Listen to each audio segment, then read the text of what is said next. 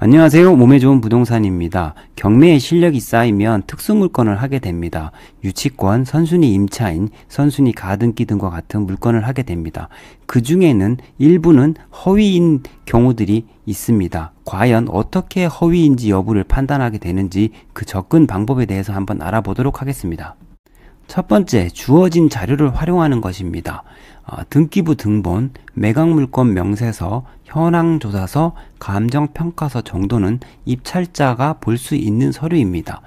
그리고 탐문활동을 통해서도 확인할 수 있습니다. 하지만 이걸로 부족한 경우에는 숨겨진 자료를 확인하면 도움이 됩니다. 법원에 제출된 자료, 권리신고서라든지 배당요구서, 참고서면, 그리고 이에 붙어있는 첨부 서류들, 예를 들면은 유치권 신고서라든지 임대차 계약서, 이러한 것들은 입찰자로서는 볼 수 없는 서류들입니다. 이 서류를 볼 수 있는 자는 이해관계인으로 법에서 규정이 되어 있습니다.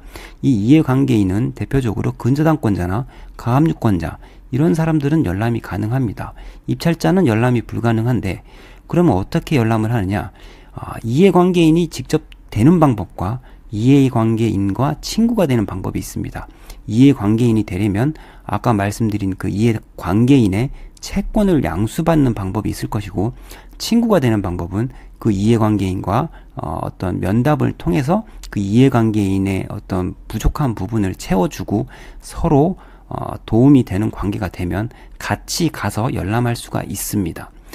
이런 활동을 통해서도 어떤 그 허위나 가짜임에 대해서 확신이 생기지 않는다면 결국에는 내부자들이 낙찰받는 경우가 많습니다.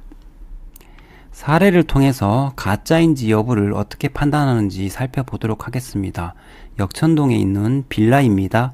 감정가 대비 73%의 낙찰이 되었습니다. 근데 특이사항은 단독 입찰입니다.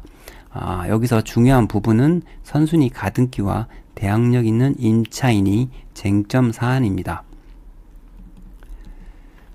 여기 보시면 임차인 강모 씨가 전입과 확정을 모두 갖추었고 보증금 1억 2천만 원을 받기 위해서 경매를 신청했습니다.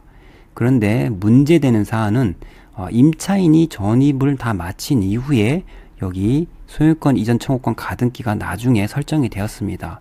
이렇게 되면 이 부분은 인수사항입니다. 소멸되지 않고 인수되는 것입니다. 경매를 조금 하신 분은 아실 겁니다. 선순위 임차인이 설정이 된 다음에 이렇게 소유권 이전 청구권 가등기가 붙어 있으면 하염없이 유찰이 되는 것입니다. 그러면 이 임차인은 허위로 보이지 않습니다. 문제되는 것은 이 소유권 이전 청구권 가등기가 정말로 소유권 이전 청구권 가등기인지 여부만을 판단하면 되겠습니다. 등기부 등본을 요약해서 중요 부분만 제가 가지고 왔습니다. 여기 보면 강제경매 개시 결정이 있습니다. 그래서 아까 채권자가 이렇게 경매 개시 결정한 게 표시가 되어 있습니다.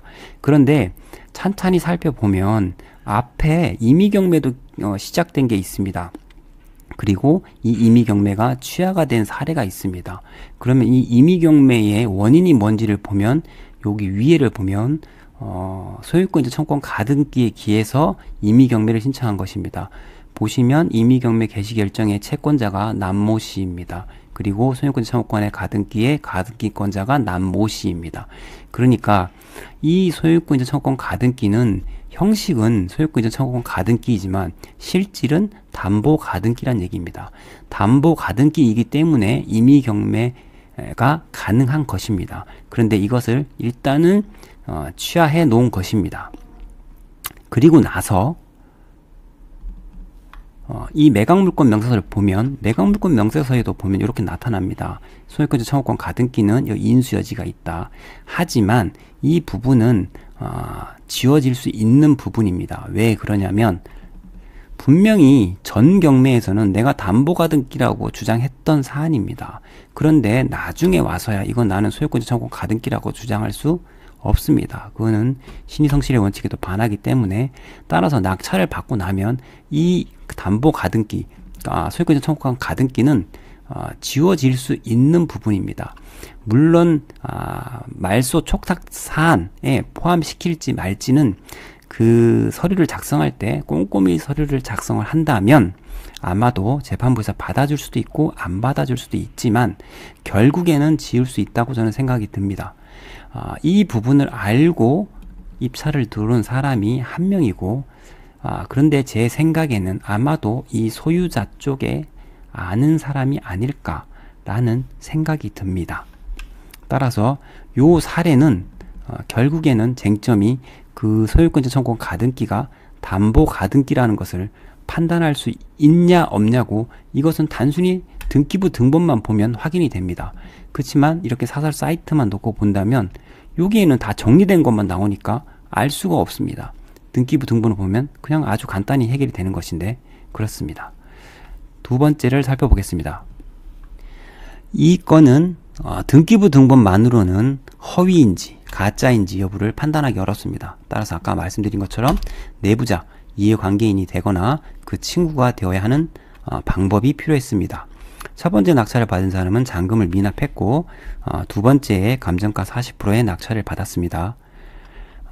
임차인이 있고 임차인이 1억 6천만 원의 임차 보증금을 지급했습니다.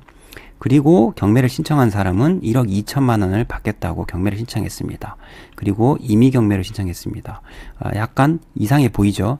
임차 보증금이 1억 6천이 있는데 1억 2천만 원을 대출해줬다고 하면 두 개 합하면 2억 8천입니다. 이 물건의 감정가 2억 2천을 훨씬 넘어서는 금액입니다. 그러면 담보 가치를 넘어서게 돈을 빌려줬다는 얘기인데 이상합니다. 내용을 보면 그래서 채권자는 이런 주장을 하고 있습니다. 실제 임차 보증금은 1,500만 원밖에 안 된다. 그리고 월 차임도 50만 원이 있는 거다. 따라서 이 사람이 주장하는 1억 6천은 가짜고 위조된 것이다. 그러므로 법원은 여기에 대한 배당을 해주면 안 된다라는 내용을 주장을 하고 있습니다. 그러면 이 입찰하는 입장에서는 이 채권자가 지금 제출한 이런 서류를 확인할 길이 없습니다. 그래서 이 채권자를 만나서 이 채권자가 주장하는 사실이 진실인지 여부를 판단해야 됩니다. 그 진실인지 여부를 판단을 하고 입찰을 들어갔고 나머지 사항은 이제 정리가 되는 사항입니다. 좀 더 깊은 얘기도 있고 긴 얘기도 있지만 그 부분은 따로 나중에 한번 말씀을 드리도록 하겠습니다.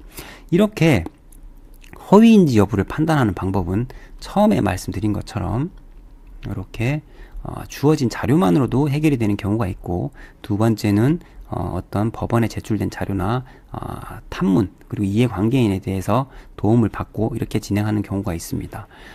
이 과정을 통해서도 어떤 확률, 해결 확률이 낮다면 입찰을 하시면 안 되겠습니다. 오늘은 여기까지 하겠습니다. 감사합니다.